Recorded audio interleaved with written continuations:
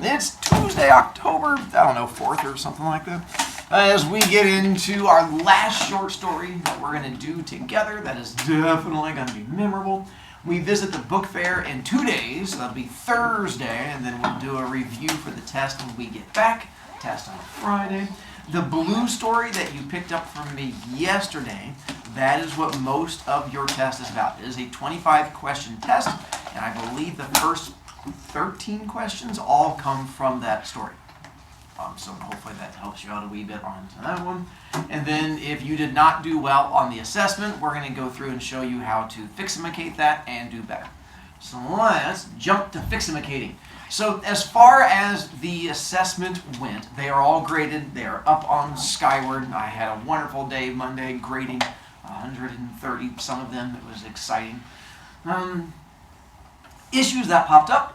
Did you follow the directions? Because that was the main issue. And then did you reference the articles? Because that was the whole thing I was grading you on. Was a lot of you guys wrote well, but then didn't talk about the articles. The only thing I could grade you on was your mentioning of the articles. And then you're going to get a chance to fix it. The drawback is if you got higher than a C, it doesn't change your grade. It only changes your grade up to a C. So if you failed it, yay. If you got a D, yay. If you got a C minus, kind of yay. Then you can fix it up to a C. If you got higher than a C, yay, you're already smart. So to walk you through it real quick, just to help you out, home children, this is to help you out too. Step one, if you have working Wi-Fi, which apparently we don't at the moment, but I have a rubric that is over here to the side that is in your comments. So you just have to go on there, find wherever you put it, and then find your assignment comments, and then find the little rubric I put over to the side, and that breaks down how the whole thing went. On the actual assessment, there is a rubric, so you would click on that rubric, and it brings up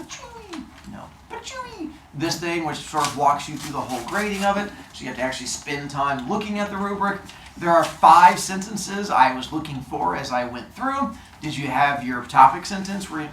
On the topic sentence, you had to tell me whether or not games impact physical health. And some of you guys just put like, I like video games, which is great, but doesn't actually answer the question. Or video game, see, some of the ones I had was, well, if you went straight into like, video games make you fat. That's not what your whole thing is about. That may have been one small part of it. So your topic sentence covers the whole thing. Not just, you should get sleep so that you don't play video games. You can put it over there, that's fine. Oh, okay. And then your first example from the articles, you had to actually use something from the articles. There were only 3 things I was looking for. Video games make people obese because you sit and never move. Video games make you tired because you stay up late. Or video games turn your hands into little pterodactyl hands because you hold in positions the entire time and you look like little arthritic old ladies. And so like those were the 3 main things they mentioned in the stories. So you had to mention one of those. That's what I looked for. Which one did you mention? Which other one did you mention? And then for the final one, you either had to mention the 3rd one, or you could use an example from your own life if you wanted to. All of you some of you guys did like all 3 reasons were about making you fat. You're like, they make you fat, they make you obese, and you gain weight. 3 reasons. I'm like, that's all the same reason. So it had to be 3 different things. And so those were the 3 things I was looking for. And then finally, your clincher sentence where you bring the whole thing together, don't introduce any new information. Other than that, compare your rubric over here with what I just said to figure out where you lost points. If you have no points when it says topic sentence, then you'd have issues. Or if your supporting ones are missing points. So figure out over here where you lost the points, and that's what you have to fix. Huh? No. So you can look at the little thing, figure out where you lost it, what you need to fix, and go back and go fiximicating it. Oh, by the way, question number 1 was the most missed one. Most kids got number 2, and not just you. It's like the same for Globetrotters and Stars. It was just like across the 7th grade, which is why that question is on there, is because most kids read this one, read the first paragraph, and then go to the answer, and we put a false answer in this like first paragraph. And so you had to actually read the whole thing to figure out it was about like physical activity, or I forget what the answer was to it. But that was the one that most kids ended up missing. Read the articles, then go back, find your sentences that you wrote, rewrite them to make them actually follow directions this time, and then submit. So essentially, as I regrade it, I'm going to go, do you have a topic sentence that answers my question? Do you have evidence from article? Do you have evidence from article? Do you have evidence from article or your life? Do you have a conclusion? Yay! You pass. That's all there is to it. And then you get one of these. No, these. Yay! Questions as far as the assessment goes. You have until Friday. If you want to fix it, that is why if you noticed when you took the test, it said you have 2 attempts. It's because this was the second attempt. Every year, kids struggle on this first assessment because it involves you following directions. And it's that why I gave you that yellow sheet at the beginning of the year. I'm well aware 7th graders struggle with following directions.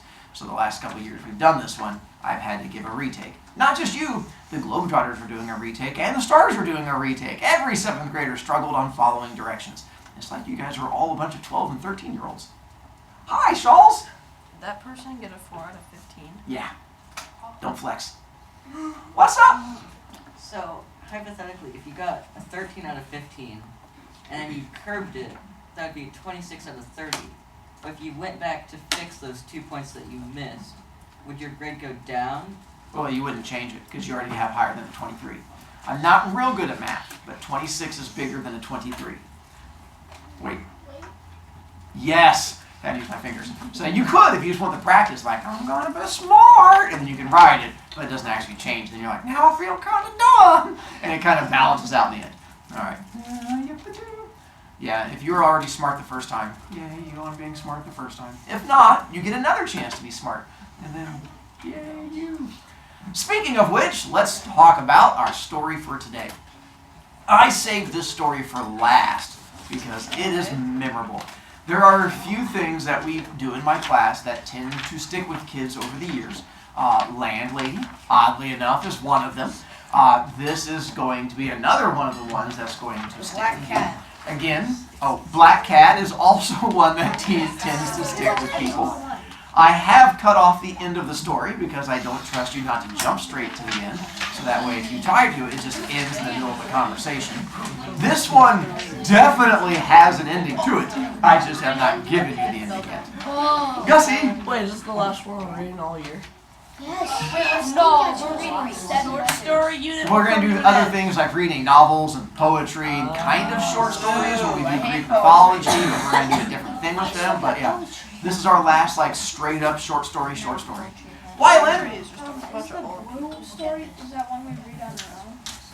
The which one? The blue story you gave us yesterday? Yes, that is one you read on your own. Sorry. I thought you said the bully story. And I'm like, I'm bullying you. Drago! You're going to find out on Monday. And it'll make Jada happy. Oh, no. That's probably. What? Did you like killing? Everything we do has How to killing in get it. away with murder. That's right. Well, yes, it's going to murder your soul. You know how many kids we're going to see die in front of the class when we do speeches? Oh, is this the speech? Exactly. You're like, yeah, trust me. Every day you're going to see a kid go up there and go, and there's your death. So it's just a different kind of death with less stabbing involved. Anyway, back to here. So we have to talk about traditions before we get to today's story. Traditions, what did I put up there? Blah, blah, blah, yeah. Traditions are going to be these things that you do like every year at the same time of one kind or another. Some traditions you guys know and understand, some you don't care about. Like we have one coming up at the end of this month. Halloween! So, as an example for Halloween, what is a tradition we have for Halloween? Giving out. Dressing up and stealing people's There you candy. go. Now, dressing up, the whole costumey thing, and then going around to houses and then trying to blackmail people into giving you small sugary snacks is apparently a tradition that we have that happens every year. Now, how many of you feel you could pass an essay where you have to explain why we started doing this in the first place? No. I don't know why. How many of you don't care as long as the night ends and you getting candy? That's kind of what I figured. That's a lot of how traditions work, especially for us. We don't care about the background. We care about the end result. Just like for Christmas, for those of you who celebrate it, in case you are unaware, Jesus was not born under a tree. So, and yet, we bring trees into our house. Plus, the trees you bring into your house are going to be what are called fir I have a trees. fake tree. Those little, what is that, look like the triangles? If you remember this Jesus fellow, he was born in a desert. It is chock full of, yeah, He died in a cave. not gonna be trees. He died twice. Yeah. He got reboot. He died. He went for a game, then he died again. Our tree last He year. was right to the part where it Our tree last year. No. He resurrected. Yes, like many of your B points, he died. Good job. I did not expect you guys to be so excited about that Jesus fella. Apparently, he's barely popular 2,000 years later. But anyway, the thing is, most of you don't, apparently some of you guys do care about trees. And you guys really took off on that tree thing. You're like, I love trees! But aside from that, for most of you, you have no idea why we bring trees into our house to celebrate the death of a man from 2,000 years ago who apparently lived in a cave, according to Bryce. From there, the other part of it is we don't care as long as what's underneath the tree. That's the part we're like, oh, we know about that part. And so that's the joy of how traditions work. They are things that exist that we do, like same thing for birthdays. You get a present and you get like a small pastry that goes along with it with flame on top of it. And if you had to figure out why you get flaming pastry for a birthday, you're like, well, obviously when the first caveman had a birthday, someone set something on fire and threw it at him. And we were like, tradition! We don't know and we don't care. We just do it. That plays an important role in today's story. Because there is going to be a moment where you guys are going to yell at me, why, Mr. Brovicast, why? And I'm going to go, do you remember the conversation? You're going to go, what are you? Oh. And you're going to have like a little tingly in the back of the head moment. This is what we're referring to for those of you who get to do a learning thing. Yes, Grapple? Will we be screaming why at you today or tomorrow? Tomorrow. I know. Jada! Are we gonna get the tingling in the back of the head because somebody's gonna bash our head in? For some of you, yes. Presley? Are there some traditions like where you know the background, like 4th of July? That's what I was going to bring up. 4th of July. Do you guys know why we do fireworks? Yeah. Why? Because the bombs that went off. Yeah. Because And America. not everyone seems to realize that. Yeah, we do fireworks as it represents the gunfire and the bombs, and we figure that's safer than people like taking grenades and throwing them at each other and going, yeah! I actually didn't know that. Although some people still have the things that blow up and have less fingers, but the idea is that it's supposed to be safer. I'm going to bring these things up because this story kind of wraps all of these things together in one big bow. Suspense. If you remember with our previous story, where there was suspense as we kept having on the edge of our seat waiting for the bad thing to happen. Yeah. This story, there is definitely suspense that is going to be building as we get into it. Which part of the mountain does suspense happen? Climax. Rising action. So, in this story, it really only has 2 parts to the mountain, maybe 2.5. There is a lot of exposition, a lot of rising action, and then maybe a moment of climax, where it's just like, it literally, like you have a climax, you're going to flip over your desk, and then the story ends. And it's just going to be like one of those moments. There is no falling action. The resolution is our conversation we just had, where we're going to talk about what happens in the story. And then, much like we've also had, what is foreshadowing? Stuff that makes you want to So, this story has the exposition. I will apologize. Oh, wait. What is exposition? It's the beginning. One, if you look at the story, that whole front page is exposition. I know. Here's the problem. Well, or good thing. It is chock full of foreshadowing. You're just not going to pay attention to it until we get to the end. And when you do the whole table flipping why, I'm going to keep referring back to this beginning part. Where if you pay attention to the beginning part, there's going to be these little things that happen that are going to make you go, huh? And you're going to have little huh moments as we go through it. Others of you will just go, draw, but some of you will do the little huh moment as we get into it. And then, as we get to the end of this front page, all of a sudden we just like shift gears and go, it just goes straight into rising action. Presley? Do we have like a quiz over this? It technically is Fridays. There will be questions on Friday's test about this. So it's not a quiz just about this, but it leads into Friday's test. Part of the 25 questions come from this. My last question before we get to fun. Well, the story's called Lottery, so we have to know what a lottery is. A big Wally? Something that you like put money into, and then if you win, then you get more money. Not bad. Does it always require money? No. Oh. By the way, I run a lottery in my class every week. Tie game, technically a type of lottery where you have a chance of winning. And there are other types of lotteries out there. The main one is the idea of the money one, where you get to buy the scratch-off tickets or pick your little numbers and stuff like that. You don't have to pay money. Lottery just means you have a random chance of winning something, usually involving a ticket of some kind. Although, realize we have other types of lotteries. You guys remember like the NFL draft and the NBA draft? Where you have like, there's the lottery picks, which means that your team did horrible during the season. In the NBA, you get what's called a lottery pick, which means you get one of the first 10 because your team was such trash, they feel bad for you. And so then they're like, instead of you getting a random one, you're going to get a pity choice. And they call it lottery picks, so that's the same idea. We also have this thing called the draft, which was for the military way back when we run out of people to go and fight. Like currently Russia is doing a draft because they're running out of people to go fight against Ukraine. And so they're just forcing people to go fight. And the way that draft works is you don't win money, you don't win a prize, you win a gun and a chance to go shoot people in a foreign country and the chance of you being shot yourself. And that's why a lot of people are like, I don't want to play that lottery. And the government's like, oh, that's adorable. You're a winner. And you're like, ah! And so that's another type of lottery. And those of you who like to read and or watch movies, you may be familiar with another kind of lottery. Hunger Games. And on this one, you won the chance for food, which is like money. No, not really. It was called the Hunger Games because they won a sandwich. That's because they're hungry for blood. At least that was the version I told my kids. Wait, what? Now, let's get to our story about the lottery.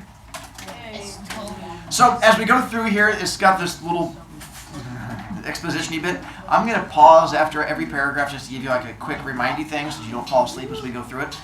Look for characters, setting, little things like that. If you happen to find a thing that you feel might be foreshadowing, you are welcome to throw it out there and be like, I think this be foreshadowing. And I can't tell you yes or no. My response will be, huh, that's interesting. But then as we get farther into it, you'll start going, and we'll start going from there. The best sounds ever. The lottery. The morning of June 27th was clear and sunny, with the fresh warmth of a full summer day. The flowers were blossoming profusely and the grass was richly green. The people of the village began to gather in the square between the post office and the bank around 10 o'clock. In some towns, there were so many people that the lottery took 2 days and had to be started on June 26th. But in this village, where there were only about 300 people, the whole lottery took less than 2 hours, so it could begin at 10 o'clock in the morning and still be through in time to allow the villagers to get home for noon dinner. Quick pause. When's it taking place? Noon dinner. June June 27th. And then what time of day? Morning. Where? Nicely done. How big is the village? And is this the only town that does the lottery? No. Remember that one, because there's going to be a moment where you're going to ask me if this is the only town that does it. And to give you an idea of size-wise, 300 people in this whole village. In your lunch, you have between 300 and 320 kids. Because each of our lunches is around 3 to 320. So there are more people in your lunch than this entire village combined. So it's not very big. I think I have. Yeah, wait, what's gang up on the Yes. Well, I'll say if your lunch got in a fight with this village, you would outnumber them. I'm not saying you're gonna win because it's like a herd of chihuahuas attacking a rhinoceros. It doesn't mean you're gonna win. If you've ever been to Noblesville, because Fishers does not have a town square, we have where the library is in that nickel plate area, but Noblesville actually has like a town square, which has like the town hall in the middle of it. So if you can imagine, this is taking place like in this little square area. You don't go to Noblesville? The children assembled first, of course. School was recently over for the summer, and the feeling of liberty sat uneasily on most of them. They tended to gather together quietly for a while before they broke into boisterous play, and their talk was still of the classroom and the teacher, and of books and reprimands. Bobby Martin had already stuffed his pockets full of stones, and the other boys soon followed his example, selecting the smoothest and roundest stones. Bobby and Harry Jones and Dickie Delacroix, the villagers pronounced this name Delacroix, eventually made a great pile of stones in one corner of the square and guarded it against the raids of the other boys. The girls stood aside, talking amongst themselves, looking over their shoulders at the boys. The very small children rolled in the dust or clung to the hands of their older brothers and sisters. Just to pause to make fun of kids real quick. What are the boys doing? Building a Throwing rocks fort. at people. Not throwing them at people. They're just playing with rocks. And so the boys playing with rocks. Before we make fun of them, what are the girls doing? Talking. Talking and Looking at boys. looking at the boys. So I don't know which is worse. The boys playing with rocks or the girls going, look at that boy playing with them rocks. And so they both have their issues, I except think for... it's number 2. Yeah, don't be judgy. And then you have the real little kids who are just rolling in the dirt because that's what little kids do. Anyway, soon the men began to gather, surveying their own children, speaking of planting and rain, tractors and taxes. They stood together, away from the pile of stones in the corner. Their jokes were quiet, and they smiled rather than laughed. The women, wearing faded house dresses and sweaters, came shortly after their menfolk. They greeted one another and exchanged bits of gossip as they went to join their husbands. Soon the women, standing by their husbands, began to call to their children, and the children came reluctantly, having to be called 4 or 5 times. Bobby Martin ducked under his mother's grasping hand and ran, laughing, back to the pile of stones. His father spoke up sharply, and Bobby came quickly and took his place between his father and his oldest brother. This next part, they're going to explain what they do for the lottery, like what kind of device they use. The lottery was conducted, as were the square dances, the teen club, and the Halloween program by Mr. Summers, who had time and energy to devote to civic activities. He was a round-faced, jovial man, and he ran the coal business, and people were sorry for him because he had no children, and his wife was a scold. When he arrived in the square, carrying the black wooden box, there was a murmur of conversation among the villagers, and he waved and called, "I'm a little late today, folks." The postmaster, Mr. Graves, followed him, carrying a 3-legged stool. And the stool was put in the center of the square. Mr. Summers set the black box down on it. The villagers kept their distance, leaving a space between themselves and the stool. And when Mr. Summers said, "Some of you fellows want to give me a hand?" there was a hesitation before 2 men, Mr. Martin and his oldest son, Baxter, came forward to hold the box steady on the stool while Mr. Summers stirred up the papers inside of it. So real quick, we have a 3-legged stool, in case you've never seen one. And then what do they put on the stool? Black box. The black box. And we don't know much, but he does at the very end tell you what's inside the black box. Letter, paper. Paper. I know, you're like, Mr. Brovicast, this is the most thrilling thing ever. I know, it's a box with paper.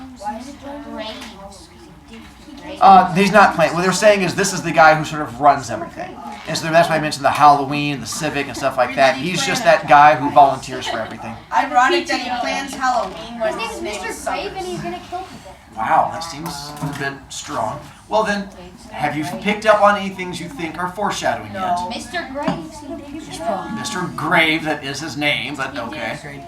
Alright, just checking. The original paraphernalia for the lottery had been lost long ago. The black box, now resting on the stool, had been put into use even before Old Man Warner, the oldest man in town, was born. Mr. Summers spoke frequently to the villagers about making a new box, but no one liked to upset even as much tradition as was represented by the black box.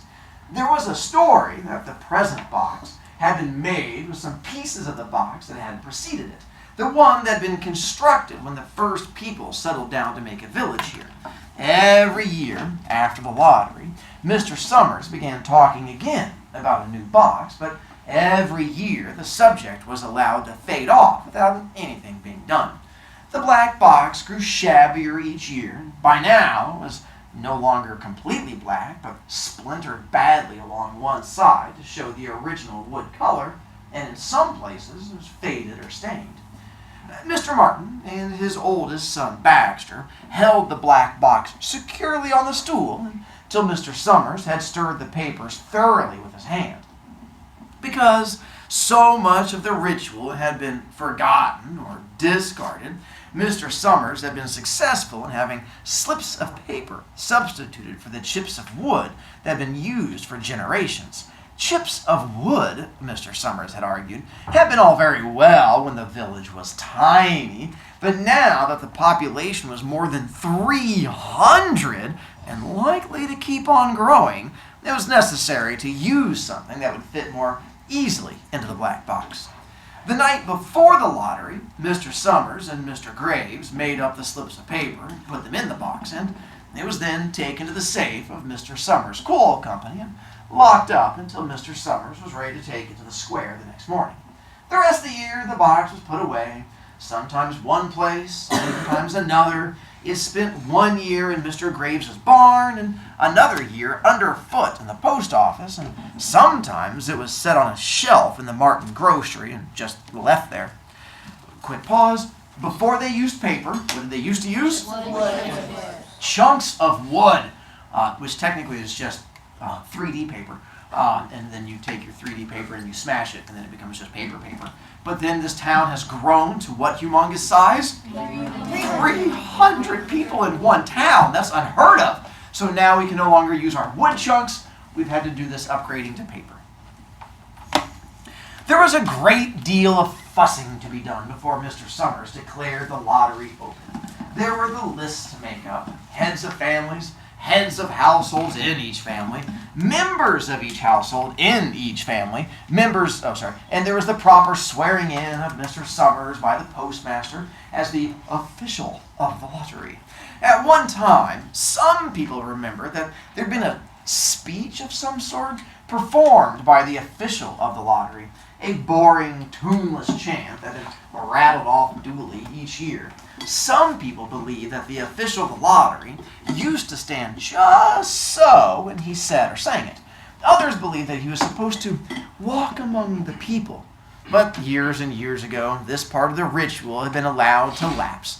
There had been also a ritual salute, which the official of the lottery had to use in addressing each person who came up to draw from the box. But this also had changed with time. Till now, it was felt necessary only for the official to speak to each person approaching.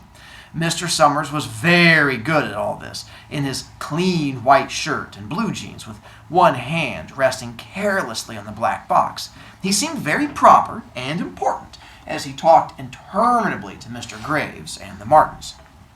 Now, pause there. That was the end of exposition. Now we get to go to rising action. So, real quick, is this the only town that does the lottery? No. Why do they do the lottery? Because tradition. There you go, because of tradition. How long have they been doing the lottery? Since There the you dawn go. of time. That's all you need to know. They're not the only town that does it. The fact they've been doing it forever, they continue to do it because of tradition, much like you guys with trees in your houses or going and blackmailing people for sugary bits. They don't care why, as long as we get to the end result. That's what we're going to get to. Here's my picture of all the people. Who's that lady? You're going to find out. That's Mr. Grape. Yes, he's a special man. Not judging. Just as Mr. Summers finally left off talking and turned to the assembled villagers, Mrs. Hutchinson came hurriedly along the path to the square, her sweater thrown over her shoulders and slid into place in the back of the crowd. "I clean forgot what day it was," she said to Mrs. Delacroix, who stood next to her, and they both laughed softly. "I thought my old man was out back stacking wood, and then I looked out the window, and the kids was gone. And I remembered, it's the 27th, and I came a-running." She dried her hands on her apron. Mrs. Delacroix said, "You're in time, though. They're still just talking away up there." Mrs. Hutchinson craned her neck to see through the crowd and found her husband and children, that she had, standing out near the front. She tapped Mrs. Delacroix on the arm as a farewell and began to make her way through the crowd. The people separated good-humoredly to let her through. 2 or 3 people said in voices just loud enough to be heard across the crowd, "Here comes your Mrs. Hutchinson," and "Bill, she made it after all." Mrs. Hutchinson reached her husband, and Mr. Summers, who had been waiting, said cheerfully, "I thought we were going to have to get on without you, Tessie." Mrs. Hutchinson said, grinning. "You wouldn't have me leave my dishes in the sink now, would you, Joe?" And soft laughter ran through the crowd as the people stirred back into position after Mrs. Hutchinson's arrival. Before we go further, anything that has piqued your attention as far as foreshadowing? They treat her like special. It feels like they treat her special. I can definitely see that. People, they're gonna know everybody in the town. That is true, and they would know everybody. Woohoo! When they were talking about like on the other fairy Uh-huh. Bobby Martin, like Uh-huh. pretty sure he has more than one brother because they keep mentioning his oldest brother. Interesting. Ooh, do we have guesses as to what this lottery is about or what the winning is going to be? Yes, Jada, I can guess what yours is. Hi, Jada, what would you guess? No, shocker. And so is it good or bad? Bad. Now, aside from you just knowing that it's from my class and the fact that I may or may not be messing with you to entertain myself, is there any evidence actually in the story to say it's bad? Or maybe this is just my ultimate prank? There's evidence. Brycely? Not from exactly the story, but you said this is a story that sticks with us the whole year. It does. So it's gotta be. But couldn't it also be because I build everything up to the very end and I did like the best Rick roll where you guys are expecting it to be a thing and it's not, and then you guys want a table flip at the end and you're like, ah, plot twist! Now you're trying to think that we're gonna think. Reverse psychology. Could be. That is gonna be a winning. Hi, Jada. So earlier when I asked when there's actual death, you pointed to the story, which means they're gonna die. Also realize below that one is the blue story. Nope, just Okay, just making. This next part we're going to find out not everyone in the town gets to play the lottery. Only certain people get to play the lottery. So here's where we have to figure out which people are they allowing to play the lottery. Then. It is bad. It could be good. The woman that burst in was part of it because they were waiting for her to start the lottery. Yeah, because they Let's don't find like out. her. Well, now, Mr. Summers said soberly, "Guess we better get started and get this over with so we can get back to work. Now, is there anybody who ain't here? Dunbar, Dunbar, Dunbar!" Mr. Summers consulted his list. Clyde Dunbar! That's right, he broke his leg, hasn't he? All right, well, who's drawing for him? Me, I guess, a woman said. Mr. Summers turned to look at her. All right, wife draws for her husband, Mr. Summers said. Now, don't you have a grown boy who can do it for you, Janie?